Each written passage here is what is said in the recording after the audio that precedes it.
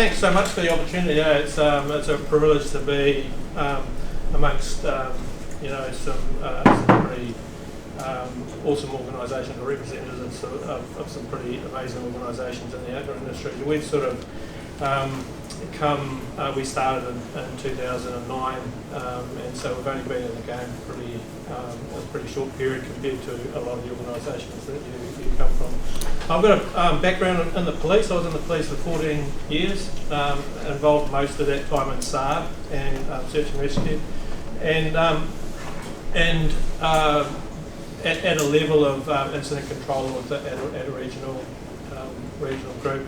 So managing some pretty high-profile SAR land and marine responses. Then I transitioned over into regional council, into civil defence, and my portfolios were the lifeline utilities and looking after the lifeline utilities within disaster response, and then welfare as well. And within the police, I also did quite a bit of project management at Police National Headquarters. I was on the disaster victim identification team for Christchurch, and also I did a number of years with the local rescue helicopter as a winch operator. So I've been involved in SAR for quite some time. So the outline that I just want to, I'll have to race through this. My slides, there's quite a bit of information on my slides. I did that deliberately so that when you get these slides later on, you can have a decent look through. But just looking at the organisation, us scaling, some of the projects we're doing with the students, and some of the challenges and a roadmap ahead. So we're not-for-profit. In our 11th year, we've just recently transitioned into a national charity. We were operating as a local charity in Tauranga, but we're a national charity in preparation for scaling around the country. A 3-year training program, so we're not a club, we're a training program specifically for training for succession for the SAR search and rescue sector. Predominantly run by volunteers, so most of our instructors are volunteers that have got backgrounds in SAR or emergency services, police, and emergency response. We are now, as of November of last year, an associate member of Land Search and Rescue. While we exist for the succession in SAR and emergency management, to promote ethnic and gender diversity in SAR, and I'll get to that a little bit shortly, and to address the ageing or declining numbers in the volunteer sector, particularly in search and rescue. Also to promote a culture of innovation and technology in SAR, and it's one thing that's quite sadly lacking in SAR because of the existing demographic that exists predominantly. To promote STEM pathways for our students, so a lot of our students having engaged with the STEM or the technology projects go on to take those career pathways, and to standardise youth development in the SAR sector, whether it's Land Search and Rescue, Coast Guard or AREC as well. So we meet on a weeknight, both in Tauranga and in Auckland. We've got 2 groups running now. We have 8 full weekend training exercises at an end of year 5-day full search and rescue where the students do everything. We just provide the scenario and they come and manage it. We focus on the commitment to voluntary work for students, so the students are aware that as our expectation that they become involved in a community volunteer group aligned to search and rescue, and may not be when they finish our program, but at some time in the future. And so one of our big focuses is not actually to reinvent the wheel of outdoor education. So where possible, we try and utilise existing outdoor education providers, and whether that's Taipatini Polytechnic for the leadership and management stuff, whether it's Land Search and Rescue for the search and rescue specific, whether it's Coast Guard boating education for day skippers licence and marine radio, and Adventure Works for the assistant outdoor instructor that we're looking at providing our students next year. So we try where possible to link in with existing providers, outdoor education wise, but there is quite a significant training that we actually do deliver ourselves. So I guess when I was in the police, we were calling for volunteers because search and rescue is quite reliant on volunteers to come and actually do the grunt work on the ground. And we found around 2000 to 2009 that there was a decline in the numbers, and it wasn't just in the local Tauranga area, it was nationally. And the age, there was a report done by New Zealand Search and Rescue Council that the industry or the sector was sort of moving into a quite a significant strategic risk with the ageing demographic. 10 years later, nothing had really been done to specifically target the ageing sector. There was no sort of plan in place. And Volunteering New Zealand released a report again this year, beginning of this year, and it showed that the situation hadn't changed, obviously hadn't changed at all.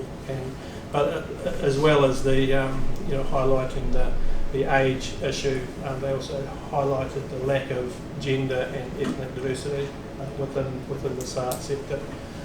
So we started the program up in 2009, and beginning of last year that was in Tauranga, and beginning of last year we started a sister group in Auckland. And we're I guess over time we're sort of starting to get a little bit of, not so much pressure, but there's been a lot of interest from other regions to look at youth development. And leveraging on the back of the Volunteer New Zealand report, we needed to start looking at scaling our organisation. And so part of that long-term strategy was standardising our resources. So we got a lotteries grant for somebody to work on all of our training material to bring them in line with NZQA. So we each of our modules, we've got 150 training modules, has now got a lesson plan and resource behind it. That's up to NZQA standards. A lot of this stuff is already on the framework, but I guess that's one of the reasons I'm here, is to get my head around, or try and get my head around the frustrations and the issues around aligning with the existing education sector. So this is just an example. That's a lesson plan that we developed around drone deployment in SAR, and that's just we standardised the PowerPoints, so we've got lesson plans and PowerPoints around each of those. The second phase of that project was putting it all up into a learning management system, and I did a master's project over the last 2 years looking at delivering outdoor education and scaling up an organisation. And so I did a lot of looking into the existing learning management systems, and we sort of decided that we're going with Canvas. So this year is about transitioning all of those resources over into the Canvas learning management system. Which is a significant amount of work, massive amount of work, just to transition that stuff across. And then the next phase, or the final phase of the educational development that we're going through, is now trying to align the competencies across the 5 different areas. One is our youth search and rescue competencies. There's the land search and rescue competencies for probationary, team member and team leader. There's the assistant outdoor instructor competencies, the Coast Guard boating education competencies, and then there's a Duke of Edinburgh competencies. So it's interweaving all of those competencies to our existing training program, so the students come out the end with us and quite a significant list of qualifications. The other issue that we're working through this year is upgrading our safety management system, and we've got our safety management system in SharePoint that we've built, and this is an example here of the dashboard of our safety management system. So any incident that comes in, it's registered through a geospatial system, and and we can trace time of day incidents that are happening. We can compartmentalise them into what sort of issues are happening and where they're happening, when they're happening, time of day slides and all sorts of stuff. So we've got really good visibility of what's happening, where it's happening, and why it's happening. And all of that stuff is all forward-facing on our website. So it's quite transparent. Some of the STEM projects that we're doing. So we're doing. These are just a few that we're doing this year and next year. Predictive analysis, reporting. So integrating the Robert Coister loss of behaviour into an ArcGIS predictive analysis tool. And these are the projects that the students are doing. Digital mapping through YSAR, pre-planning, search pre-planning on ArcGIS, a field force intelligence, so live tracking. They're working with drones in SAR, both just for capturing real-time images coming back from the drone, but creating aerial maps. And then they're also looking at trying to deploy items in the field using the drones, and to work with the FLIR as well for looking infrared. And this is just one of the exercises that the students were doing. This is at night and it's raining, and you can see the students that's flying the drone is capturing, there's like traffic lights out. So you can see how that can enhance. This stuff's not really been used, it's standardised across the SAR sector at the moment. It's in the fire service, it is starting to be used. This was leading on, this was the next exercise where we wanted to see, we've been told that it's not much point using FLIR when people are under a canopy, and we wanted to disprove that. So the students,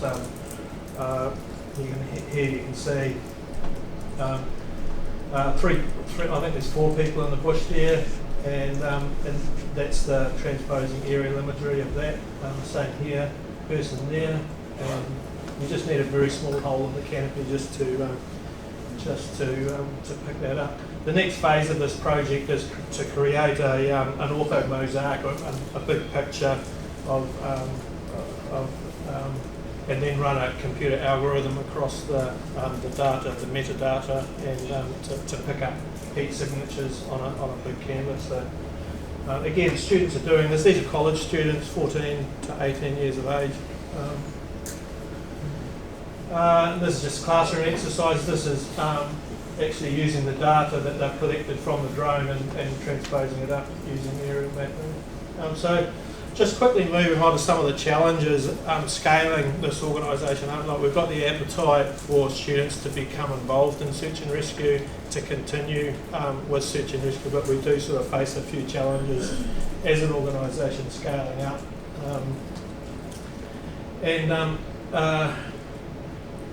So I guess scaling an organisation but keeping the organisation ticking along, which is needing a significant amount more resource. Developing tools for sustainable scaling and safe scaling of an organisation, and that's part of the learning management system and the safety management system, embedding that into our organisation as a business as usual, so getting everyone that's involved actually utilising that stuff and providing the relevant information.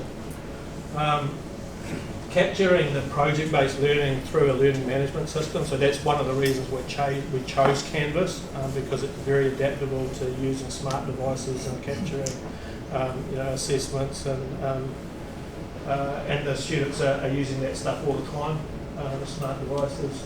Aligning to the education sector, and I guess not from an education background, after education background, it's just been a nightmare, just trying to figure out where this thing's going, and how we actually maximise the return for the students, and linking back to NZQA and TEC. And we've had several meetings with the ministry and with TEC to find out, and they can't even tell us where it's heading. So it's been a nightmare, to be honest. And around that, the challenges around the competency alignment, and we're actually going to need. I've pretty much decided that we're actually going to need some development funds to do all that, because it's going to be pretty much a full-time job for about 6 months for somebody to actually help us into, link all of those competencies around that, around these different levels. The roadmap ahead.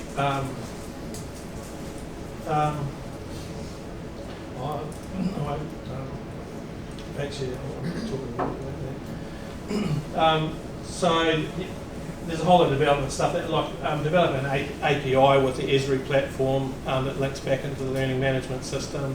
There's existing learning platforms that are capturing learning data. The YSAR platform, for instance, there's no point in us recreating a mapping training platform when one already exists, but actually developing APIs that connect the two learning management systems together. Have a specialised training, RPAS one, getting specialised volunteers to come in and the portfolios, manage the portfolios, particularly with the technology stuff. We're finding that we're getting a lot of buy-in from existing industry. Eagle Technology, a great partner of ours. Zespri is a key sponsor, Wireless Nation as well. And then I guess the other is the relationship. The other one is the relationship with the search and rescue sector. And we to be honest, we have struggled over the years, but over the last 18 months under the new CEO and the change of the education within land search and rescue, we've made significant progress, and I guess the future's looking really quite good for us.